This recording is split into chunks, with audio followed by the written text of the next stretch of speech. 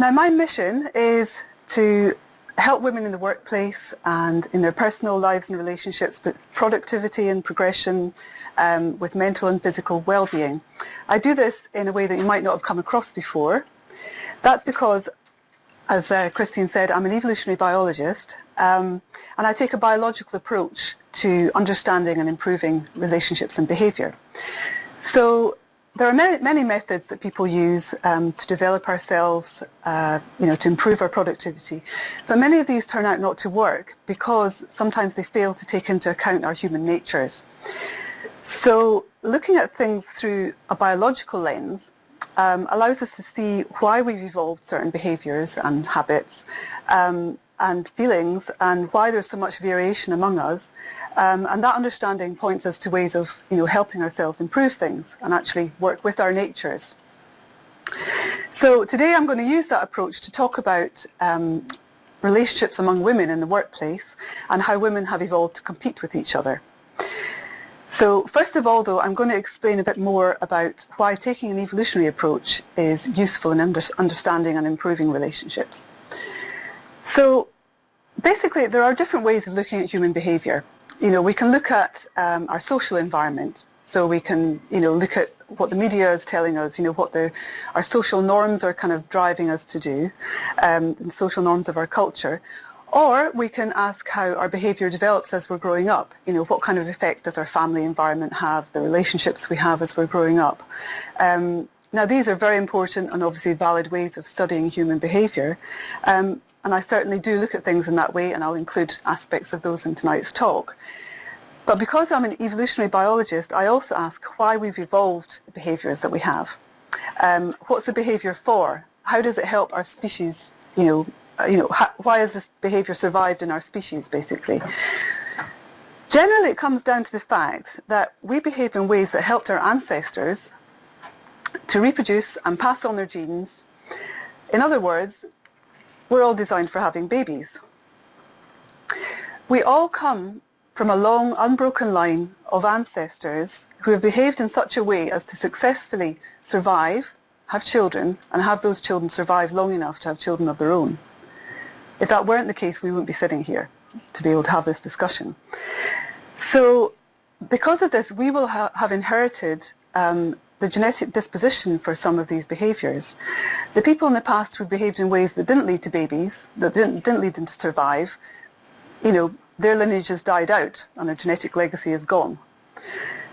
So anyway, what that means is that a lot of our behavioural tendencies nowadays will be geared towards being good at survival and reproduction, whether we consciously want to have children or not. Obviously nowadays a lot of people decide not to have kids, and we can do that because there's contraception available. But we still behave in a way that's related to maximising our genetic legacy in terms of our relationships. But unfortunately, those behavioural tendencies and ways of doing relationships aren't necessarily going to be compatible with being happy in our relationships.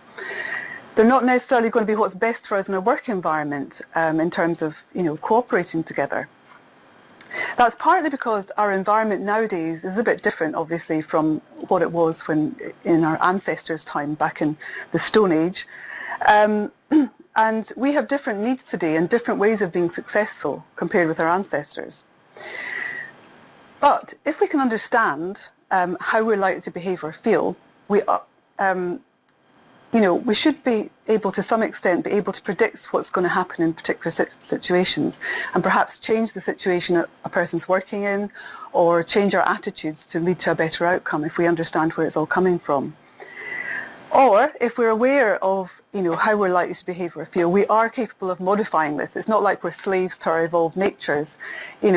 So for example, we have evolved a craving for foods with lots of fat and sugar in them. And that's because in our evolutionary past, there wasn't much of that kind of food around. So we had to kind of eat as much as possible whenever we got the chance, just to make sure we had, our energy levels were kept up.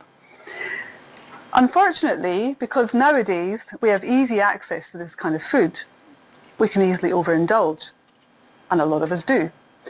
So there's a bit of a mismatch between our evolved natures and our current situation. But if you see a cream bun sitting on a plate in front of you, you can choose not to eat it. It might not be easy because we've got this evolved disposition to really want to eat that cream bun, but just like we have health warnings about different kinds of food, we can also look out for potentially destructive behaviours in relationships as well. Now, of course, the different ways of looking at behaviour that I described, they're all relevant. The tendencies we have as a result of our genetic heritage interact with our development and interact with our culture and expectations of our culture to produce the behaviour that we see. Now, in terms of a working environment, one thing that comes up when you look at how we've evolved to behave is that we can expect different things in men and women.